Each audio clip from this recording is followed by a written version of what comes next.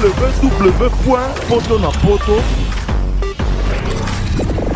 www.potonapoto, ça dit que toi na poto tokotika kaka na poto avec la mine d'ombre, babi moto epela, moto epela na poto kembo alege mboyo lele kembo yo mama alege mboyo lele tobine la gangolo na ozana kembo alege mboyo lele poto na ozana kembo alege mboyo lele.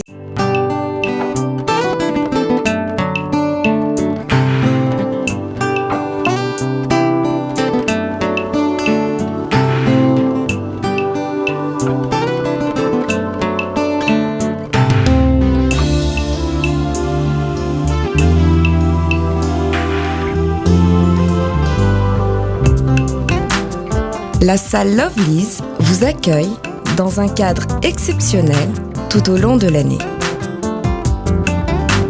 L'organisation de vos événements prend un temps considérable. Chaque détail a son importance. Lovely's sera à votre écoute et sera vous conseiller pour faire de cet événement un moment précieux et inoubliable. Lovely's, l'excellence à votre service.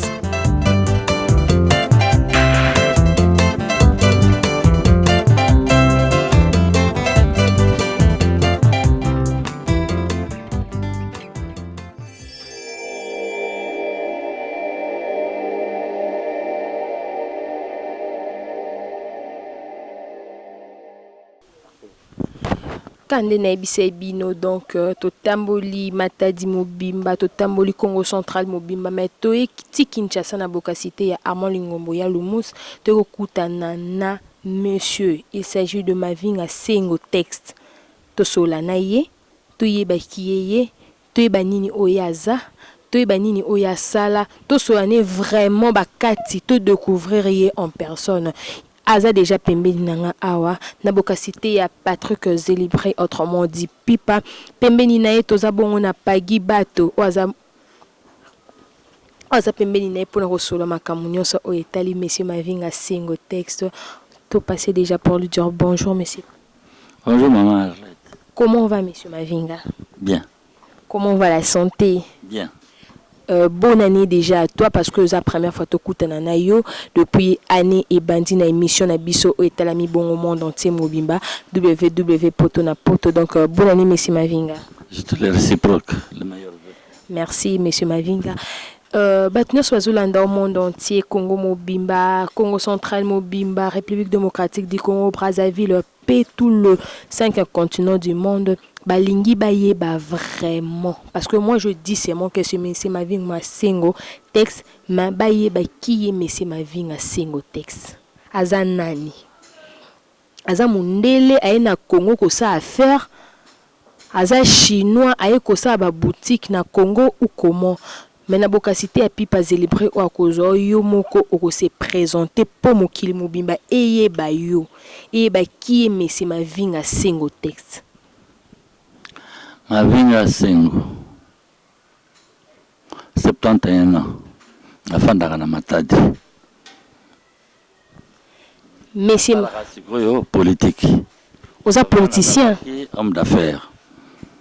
Et dans le cadre ya Msala Nangai, j'ai cherché à être utile à la société. Il a cherché à être utile à la société. Tu sais que tu es politicien? Oui, je suis politicien. Pour le moment, je ne fais que la politique. Aza politicien, asa la que politique. Vous en appartenez? Nazana UNC, ya Vital Kamerhe. Vous en INC ya Vital Kamerhe. Yo mundelo zandeko ya Olivier Kamitatu, ya Moïse Katumbi ou comment? Il faut comparer ce qui est comparable. Moi, je ne fais pas la politique en vertu. Il y a ma référence. Je fais la politique en vertu du bien que nous pouvons faire à la nation, à notre communauté. Donc, je suis du Congo central, je défends la communauté du Congo central. Il défend la communauté du Congo central. Qu'est-ce que Oyoyo Osalaka vraiment? Parce que à Tozana Congo, langue obsotoloba na Congo, eza lingala. Est-ce que nous sommes Messi Mavinga Singo na lingala? Non, mais c'est une des langues vernaculaires. Olingi Kikongo, Tosoli na Kikongo, Olingi Lingala, Tosoli na Lingala. Ngaling Tosoli na lingala pour peuple congolais, monde entier mobimba bayoka o bien. Parce que ça mutu msoza en Europe malinga ko lo balingala, eza mutu msoza na États-Unis ngano lo balingala lokola héritier le kota papa na Hermeline le kota na ko préféré na solana messieurs Mavinga Sengo texte na lingala. Mais c'est Mavinga te. Ele ni oyo sala na Congo central. Naliaka, nalalaka, nandako, nalambuki, nayambi bato, na osala musala nyoso oyo politicien asalaka. Asalaka musala oyo nyoso politicien asalaka. Yebisa biso me bayebisi biso siko ke yoza notable ya Congo central et que na Congo central batu bazé belé, ba citoyen congolais bazé belé, batu pe baza ebelé moins mingi parce que ma taille des ali ba kulungongo donc il y a beaucoup de choses là main pour na nini kaka yo oza choisi notable ya Congo central. Ah, na sepeli ba pesinga et titre. Yango wana peut-être bataki na boloko. Ozaki na boloko? Oui. Pour un problème nini? Est-ce que il faut ça le problème pour bakangayo? Bakote la biso na 19h30, bakangi biso tozaki na réunion, tozako préparer marche à protestation. Hein, il y a plateforme, il y a opposition et décidaki awa. Tozako ko arranger to komaki mikanda pour na ko senga ba autorisation. Et oui. Et service de sécurité et côté les Bissot et Kangi Bissot. Année passée, en 2016. Et que la marche que nous préparions, c'est pour le 20, oui, pour le mois de mai, oui. C'était le 26 mai 2016. Le 23, oui. Mais si que osa libéré, c'est que tu étais innocent et que bah côté la procès, on sait que tu étais innocent et on osa cachoté jusqu'à présent. Bon, en principe, puisque je voudrais être un politicien responsable, je n'ai pas à juger les juges. Mais nous avons été condamnés sur une prévention qui n'existe pas et qui invoque une loi qui n'existe pas. Bon, mais nous avons reçu une condamnation de 45 jours, après avoir purgé plus de 60 jours en prison. Et tant que politicien, Nini Ozo Sana Katiaba Congo? D'abord, le travail de sensibilisation. Pour la partie Nabino. Pour la partie, le problème des principes, les principes généraux, il y a beaucoup de population, ils ont un problème à partiter. Les partis ont des projets, ont une vision. Et j'ai choisi Kamere parce qu'il a le profil qui convient pour ça. Et la preuve, c'est qu'il est toujours une cible et je ne vais pas vouloir le défendre ici, mais je travaille parce qu'il correspond au profil. Par rapport à d'autres gens? Par rapport à d'autres projets, à d'autres partis politiques. Lui, au moins, il offre une vision qui me convient et qui, je l'espère, s'il prend le pouvoir, pourra émanciper beaucoup plus rapidement la population congolaise. Si aujourd'hui, M. Kamere Azana pouvoir, Marambo Ebele et Kozala Yamalamo, comme du M. Mavinga Sengo texte, Abik Soki Vital Kamere, en passant, je lui salue, président Vital Kamere, Sika Azali, na Pessi Mbote, Mobali ya Maman Amida, na Pessi Mbote Bisika Azali, Soki a commis le président Makambo et Kozala Yamalamo, Namboka Nabiso. Papa Mavinga, eloko nini oyo osala na kati ya Congo central? Evre no nini ozala na kati ya Congo central? Oyo soki ke lelo ata oza ou ozate eza na bilembo oya yo ekotika na Congo central oto otalaki oza ya Messi Mavinga Senga. Sengo. Mavinga Sengo. Texte. Sengo, ça veut dire le travail. Hein? C'est dur le travail. Oui. À quelle langue? Sengo, ça veut dire la où. La où représente l'objet essentiel du travail du paysan. À quelle langue? Kikongo. Tu es du Bas-Congo? Oui. Tu es de quelle nationalité? Congolaise, bien sûr. Tu es congolais? Oui. Comment est-ce que Congolais avec cette peau? Ah, ça, il faut demander à la maman. Hein? Comment est-ce que demander à la maman, vraiment, je passe aussi directement à savoir, parce qu'on te voit avec la peau blanche et que biso ba congolais tous amouindou comme moi-même, mais comment est-ce que yosa pembe? La nation congolaise est une nation à construire. Hein? Elle ne correspond pas dans ces textes à une couleur de peau. Ça, c'est un. On est naturellement congolais lorsqu'on est d'un parent qui est congolais. Ok? D'un parent qui est congolais. Je ne connais pas mon père parce qu'il ne s'est pas occupé de moi. C'est ma mère qui m'a élevé. Elle s'appelait Mavinga également, comme moi. Elle est de quelle province ta mère? Nous sommes du Bas-Congo. Nous sommes du district de la mer. Hein, nous sommes des Baoyo. Oyo. Pour comprendre, c'est une petite tribu, mais qui a une ramification. Si vous lisez les études qui ont été faites, nous venons du golfe de Guinée dans les migrations des populations bantoues. Dans les populations bantoues, donc on a pessi déjà mbote na maman Mavinga ou abota Monsieur Mavinga Sengo texte. On a pessi mbote moni monae vraiment épée manaki, mais Monsieur Mavinga Sengo texte.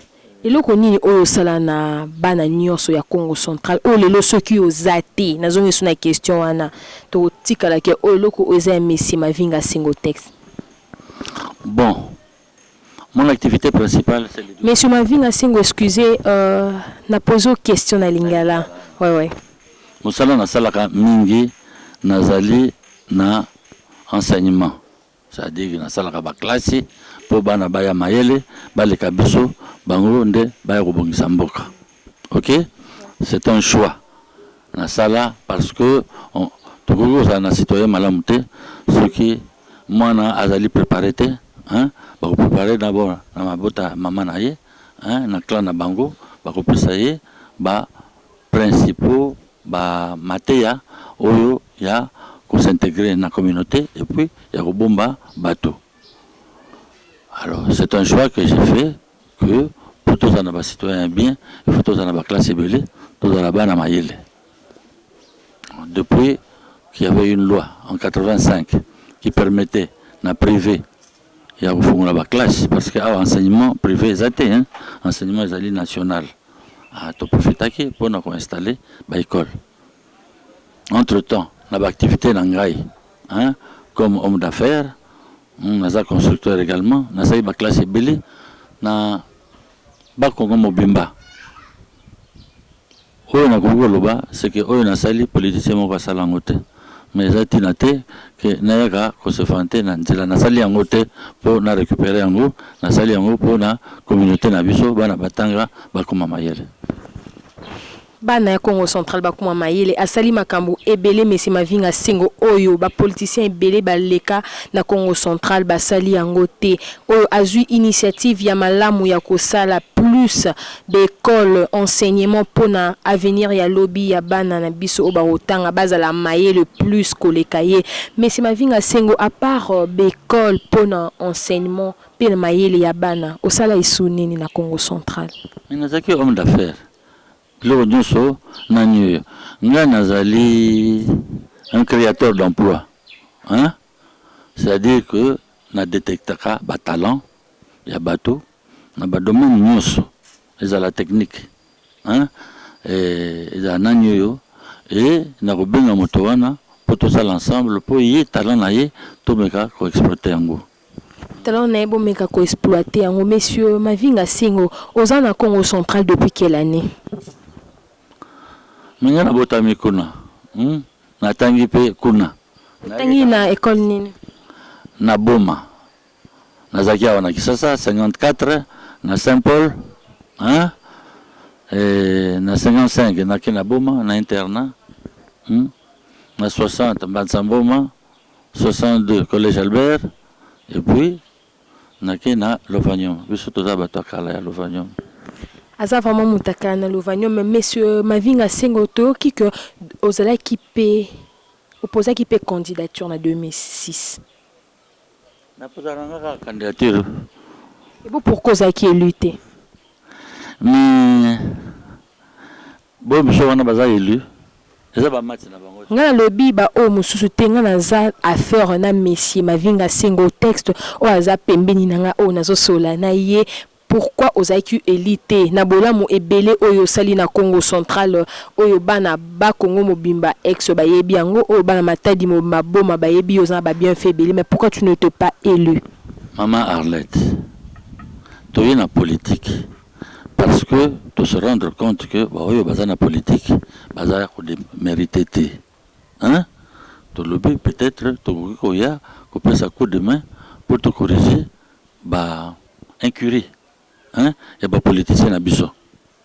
Et on s'est rendu compte que ceux qui, yo, moi, na Congo, au lieu de s'occuper de la campagne politique, hein?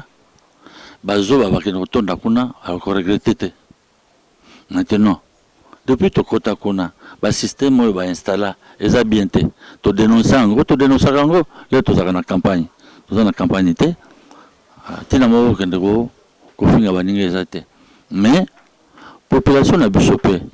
Hein? Il faut que nous ba comme maturité. Très souvent, batu bazako pona bango na loyenge. Hein? Ce que ba on so bazaki élu ba poni ba on a loyenge. Ah. Mais qu'est-ce que vous posez un piège, hein? Parce que na émettre un jugement de valeur. Mais bien que Batonion se va dénoncer en gros, aucune des élections organisées par le régime de Kabila est crédible. Oui, bien gros. Alors, je suis politicien, je ne suis pas un technicien. Je suis journaliste. Nous devons observer ceux qui y aux journalistes et solo qui observé Babilo Kovanate, alors je regrette. Monsieur Mavinga sengeza kandenge moko kyoko tuna ngai lokobi ngana journaliste que pona nini na kenda ki kante étant que journaliste no ba kenda na kenda ki kante parce que na liste ya ba journaliste o ba pona ki pona kan ba chaki ngai te eza pendenge monga na tunyo pourquoi ozaki élité depuis yo pesa nga réponse que nazaki élité pona problème boy. Les actes que nous posons responsables qui dépendent de nous, c'est des actes de responsabilité. J'ai quoi avoir pris mes responsabilités pour offrir mes services. Hein? Je peux dire, si les choses étaient normales, hein, que j'étais en mesure d'accepter, hein, le verdict des urnes. Hein? Mais vous savez très bien que nous tous, en général, même ceux qui sont là, hein, et certains qui ont tête de mule, hein, qui ne représentent que leur famille. Hein? Mais c'est eux qu'on a choisi. Mais c'est ma vie, c'est mon autre appel siko ya mama Karine Tchabou aibi singa ikobi mutu nyonso ozaka elite ezabat o basaka propagande ba malamu te apesa ki ba polo te apesa ki ba mama elote c'est que yo osaki na yo propagande na malamu te yango ozaka elite. C'est un jugement de valeur que vous mettez, c'est possible. Hein? C'est possible. D'ailleurs pesa ka elote. Na kopesa ndengini ba polo ba loso na bandako salisi campagne na yo dépenser mbongo ebele pona peuple congolais nde to mona ba tso pesa ba polo asali ba to bien exemple boy ba yibaki na kesa l'état ba yibani na kesa l'état na bikeza ba propre mbongo na bango o basalaka basalaka ba propagande basala propagande mbongo wapi financement donc na yebi ba to belo basala jusqu'au sala ki on te financement de poche na bango moko. Financement de poche na bango, ba fotela ngo un peu combien, tu vois ba chiffre. Bon wana na yebi te ndi muto yebi sanga. C'est la question o ya solo. Wana j'ai question à loyenge. Na yebi si yo ba élection tel que ça s'est passé dans notre pays depuis 2006 et ça y nango crédibilité. Il y a eu beaucoup de chipotage. Mais comme nous sommes des responsables de l'embaraté, nous avons besoin de la caca en essayant d'éduquer la population. Donc il y a un travail de pédagogie que nous faisons dans le fond, de recrutement des membres et essayer de conscientiser Batou. Sur le Kabouli, Polo, au combien responsable? C'est pas qu'au combien responsable. Au combien? Parce que le peuple congolais n'aura plus moins flatterie. Le peuple congolais n'aura pas payé moins et le quoi payer sa voix. Azali Mayele. eza fraternité. Bon, peut-être le peuple congolais votait qui était par rapport à Ponayo, ba moni koza mundele, qu'est-ce que yo ça na mboka na biso, ba voter congolais. Opso moto te voter mon na mboka. Non, que na kangami na makama mindele, ça que peut-être encore peuple congolais a komona que oza congolais te. Peuple congolais alinga ne mundele. Alinga mundele. Oui, bien. Yo obi koza mundele. Naza mundele te. Parce que pour moi, ce que le but que le peuple congolais linga mundele et que nga le kwanza boé. Naza koloba que makambo yo za koloba eza na tinate. Parce que oza ko catégoriser peuple congolais comme si le peuple congolais était raciste. Plus toza baratiste. Oza raciste? Oui. Yo nde oza raciste. Na peuple congolais. Te peuple congolais za raciste te. Peuple congolais est raciste parce que tu parce que biso la plupart de moni moto na po pamba to ba directement que azana congolais et surtout makam o tali politique c'est un peu difficile de voter moto o azana mundele quoi. Na opesa par exemple awa chalupa to bi msala salate to bi sika utate bu vota ki yawate kwa pesa ki mbongo apesi ba chapeau akabi mbongo sala propagande ça va mbala sima na usenga yo opesa mbongo toka bana peuple congolais osenga nga c'est que pour na mona ka plus mbongo bimana ba parti politique PPRD abimisi mbongo na ye apesi ba député na ye pour ba sa propagande MLC ba parti belé c'est que parti na bino bimisi mbongo te pour sa propagande. Mauvais jugement, mauvaise analyse. Bon, peut-être c'est ça. Bon, on a témoin combien? Naza témoin témoin. Bon, voilà. Ils ont bon l'état? Bon l'état. Aïbi. Aïbi te apesi. Apesi. Après ça, on a ni aïté. Aïté comment? Donc aïbi ango. Aïbi te nga no bi makambo mo yibi te. Ezanzela mabe. Ezanzela mabe kaka ne bomoni. Monsieur Mavinga Sengo alobi que ye le quoi boza bono e bisabino bana monde entier mobima Monsieur Mavinga soki azaka elite eza po asala ka propagande malamu te cette fois-ci akoluka asabe fort aiba. Eza makambo ko yiba te asabe fort aluka moi quelque chose pona. C'est la propagande, c'est la peuple congolais, mon bapolo, bakomi kombo na, bakomi numéro na ye oyo bako voter. Toujours qu'il est vraiment lentement et sirement pour na kosolana Monsieur Mavinga Sengo texte, to solane vraiment aebisa biso sikoyo ba projet nini oyo azana ngo pour na 2017 oyo na Congo central premièrement pe pour na parti politique na ya monsieur Vital Kamerhe. Mais on peut déjà réponse à la question na yo. Ngai naza na kati ya parti politique. Toza na programme, toza na vision, hein? Tokosala d'abord oyo makambo parti politique na biso est recommandé. Maintenant toza ko luka autour de nous, bato baza na talent, bato baza mayele, ba moyibité. Ba miyibi ba kuluno totekeli bango, bato nzela o ba yibi nzela ko lekela. On a fini mon tout. Mais vous voyez très bien qu'il y a maintenant politique et comme un gros fou. Pourquoi mais ça les a été, nous surtout comme va demander d'emploi dans la Katia, il y a politique. Mais tout ça la recommandation. La population, vous ça Angélé. Angélé Zani. Attention. Je me suis retrouvé bien galette. Mais bien galette. Bon, baka attention, soit keba na lingala. Vraiment, vous avez fait un quinoise. Il s'agit de Monsieur Mavinga Sengo. Texte Azapembeni Nanga Balobi Mokondi à Congo central. Et loko nini oyoyo. Ozo assuré bana Congo central. Et cette fois-ci, en 2017, on a postulé sous. Mais pourquoi les bangaï? Comment est que l'élection est salatée? Pas l'année est salatée. Les 19, Tiwapi. Non. Élection, il faut exala. Parce que les alliés prévus dans la Constitution. Et parce que les Congolais souhaitent qu'il y ait des élections. Pour nous sa légitimité, na bateau bakopona. eloko nini toza kowela mpona nini batrouble eza na Kisasa na bamboka pamba te le pouvoir oyo oyo oti oleka oyo baza kokosa biso ya bamacroéconomie